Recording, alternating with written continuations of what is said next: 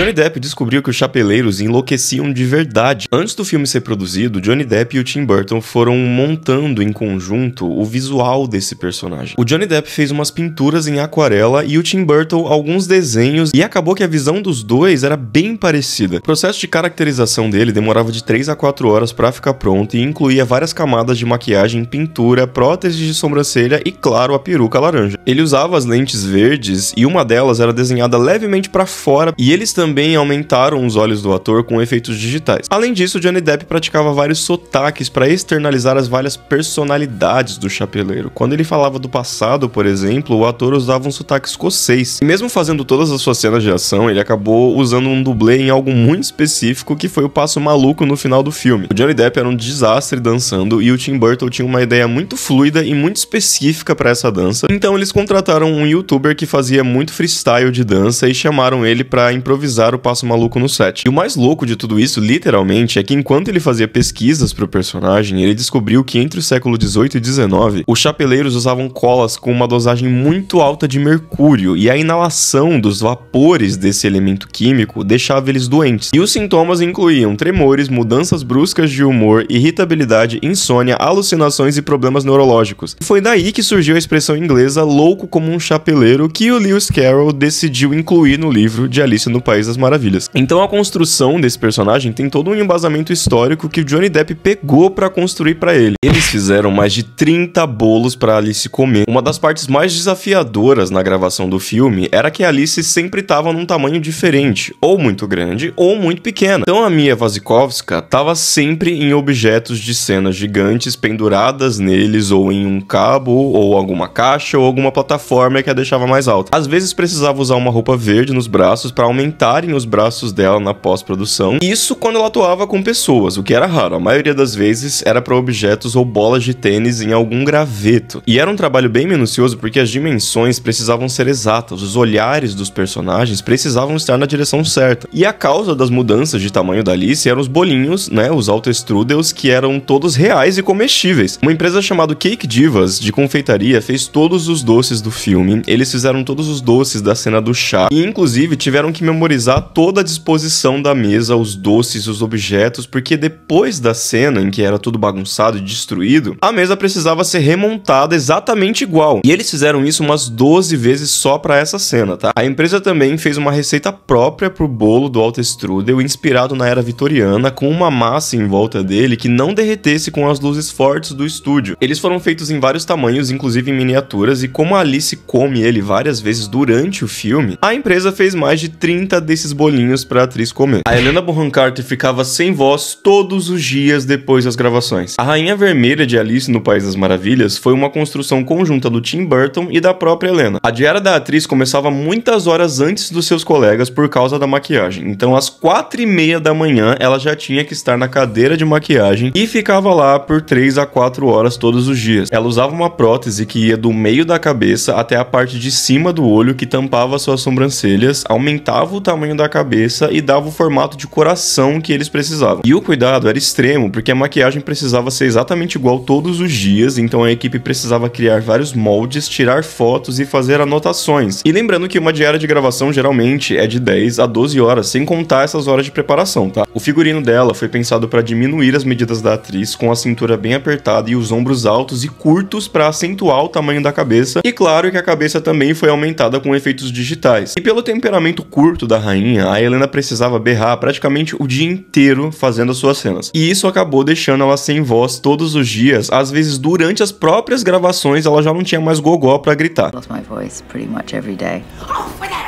egg! I'm going to visit my little sister. A cena mais dolorosa para a atriz é a que você menos espera. As cenas de ação do filme passaram por um processo bem minucioso. Antes de tudo acontecer, o coordenador de dublês lê o roteiro e entende como fazer as cenas e garantir que todas elas sejam feitas de maneira segura, ou o mais seguro possível, já que a maioria dessas cenas são bem perigosas. Depois de tudo isso, eles começam uma fase de teste e ensaio das cenas com dublês profissionais que são gravadas e mostradas para o diretor do filme aprovar. E aí, quando a cena tá pronta para ser gravada, elas são mostradas para os atores decidirem se eles conseguem e querem fazer essa cena. No caso da Mia Wasikowska, que faz a Alice, ela topou fazer todas elas e foi um trabalho muito mais físico do que ela pensou, já que ela estava sempre em cima de uma caixa, pendurada em alguma estrutura, pulando de plataformas ou erguida em algum cabo. Ela também fez as cenas de luta com a espada, o que foi uma dificuldade para a atriz porque os objetos eram bem pesados, então exigia um certo treino para ela fazer os movimentos com a armadura enquanto corre, enquanto salta e tudo mais. E além da dificuldade de estar 90% do filme gravando com objetos de tela verde em estúdio, a cena em que a Alice cai na toca do coelho e rodopia pelo ar até chegar no País das Maravilhas foi bem difícil. Pelo vídeo do Crepúsculo, vocês já devem saber que esses atores usam uma espécie de arreio, uma estrutura que é presa na cintura deles para elevarem eles no ar. E aparentemente esse arreio é muito doloroso de usar. Ele deve apertar muito do corpo desses atores. E pra Mia, que ficou horas e horas com esse negócio no corpo, rodopiando no ar, acabou sofrendo bastante dor pra fazer essa cena. It's like a really